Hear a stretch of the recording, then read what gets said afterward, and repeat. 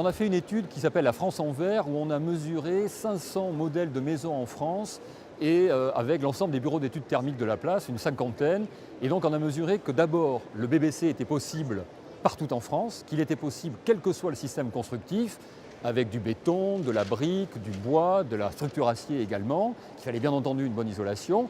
Et quand on mesure la solution thermique finalement la plus performante, c'est la chaudière à condensation couplée à des capteurs solaires qui se révèle dans plus de 60% des cas capable d'atteindre le BBC, l'étiquette énergie A, exactement comme on l'a sur le réfrigérateur ou sur la voiture.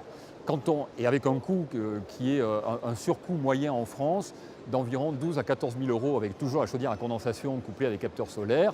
Et on sera plutôt de l'ordre de 18 000 euros dès lors qu'on aura une maison avec une isolation renforcée et une pompe à chaleur toujours couplée avec des capteurs solaires. Quand on construit une maison comme ça, c'est pour plusieurs dizaines d'années, et donc que les solutions techniques soient aussi durables. C'est pour ça que le vecteur eau chaude, avec des radiateurs ou en plancher chauffant, est finalement un vecteur intéressant parce qu'il permet de la performance énergétique. On peut mettre des systèmes chaudière à condensation, voire système de pompe à chaleur hybride et condensation sur ce système-là, et ensuite changer la machine au bout de 20 ans quand les technologies auront évolué. En 2011-2012 va arriver sur le marché des chaudières technologiques condensation qui vont permettre de produire de l'électricité. Ce sont des éco-générateurs. Donc avec la production d'eau chaude et de chauffage, on va venir produire 50% à 80% des besoins d'électricité de cette maison.